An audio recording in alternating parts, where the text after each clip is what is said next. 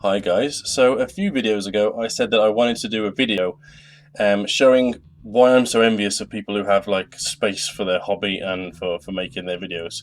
Um, and so I wanted to take the opportunity to do that, and while I was doing it, just show you basically how I make my videos, because if you've watched me for any number of time, you'll know that I've gone from making videos where I sort of do everything post. So I record the video and then I put all the introduction and everything on afterwards. And instead, what I do is I do everything live with a broadcasting application. So I can change between the cameras that I use and that sort of thing, and switch to what's on my screen and show you photos and things. So, for example, I can show you the keyboard with a couple of random bits of tat, or I can show you the photos that I actually wanted to go through in this video. So we may as well start since I'm already on it. In this video, you'll probably see I've got the Orc truck there that I've been working on. That's not the subject of this video. So I want to take it in two steps. So the first part of the video will cover the bottom half of the desk, and the second half will go through the top, just explaining what's there. So as you can see, first main thing, thanks AVG, the joys of doing it as you go along. As you can see, I'm in a cupboard, and I'm in a very small amount of cupboard.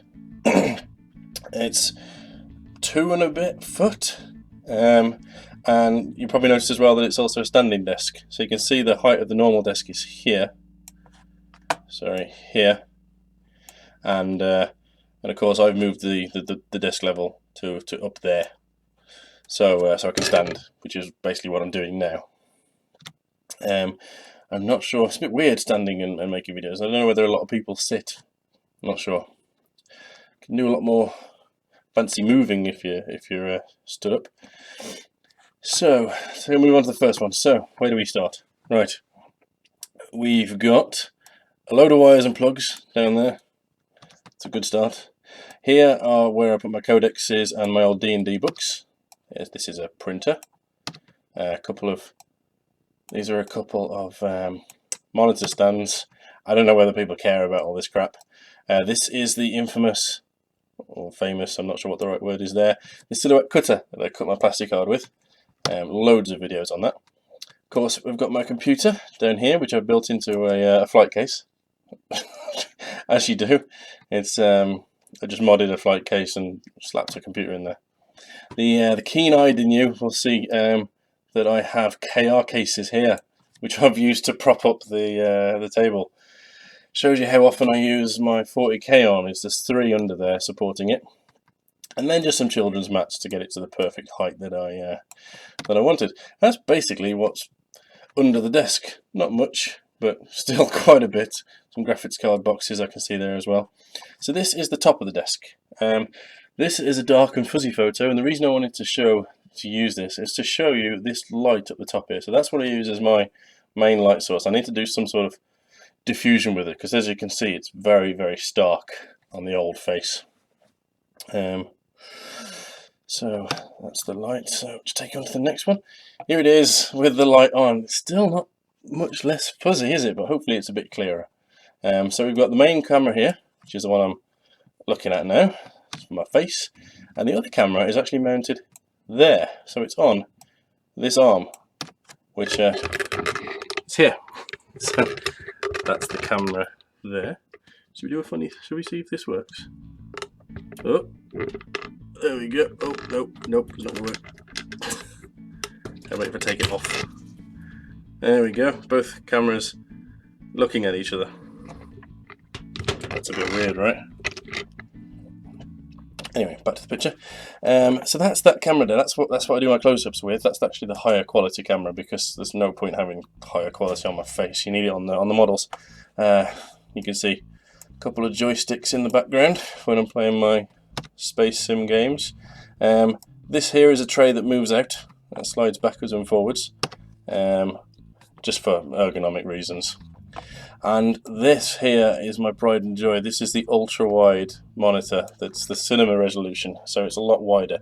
Essentially what you're getting is you're getting 2 4 by 3, I think was the old resolution before we went to the the more widescreen one that everyone uses now, but you're getting 2 resolutions worth 1080 of the old, more square screens.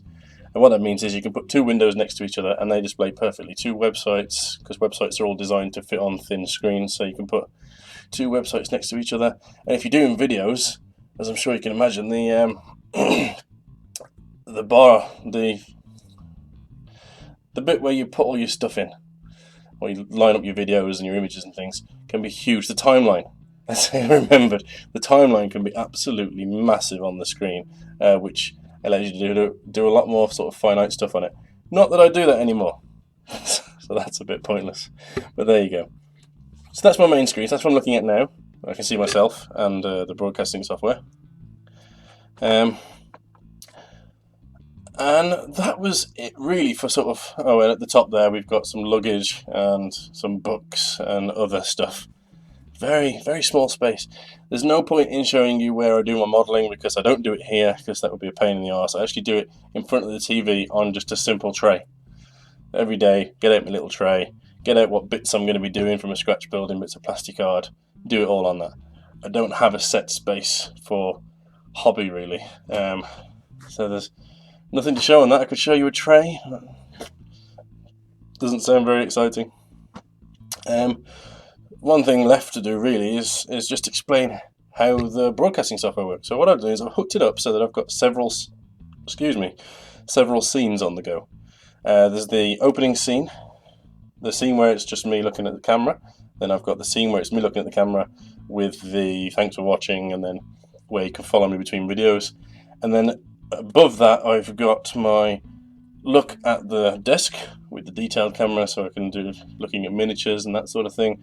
And I've also got my the one you look at now, so images that I can draw on, all that sort of stuff. So that's basically how I've got it set up. And if I go to this view, you can see here, so if I press 1, it takes me to there.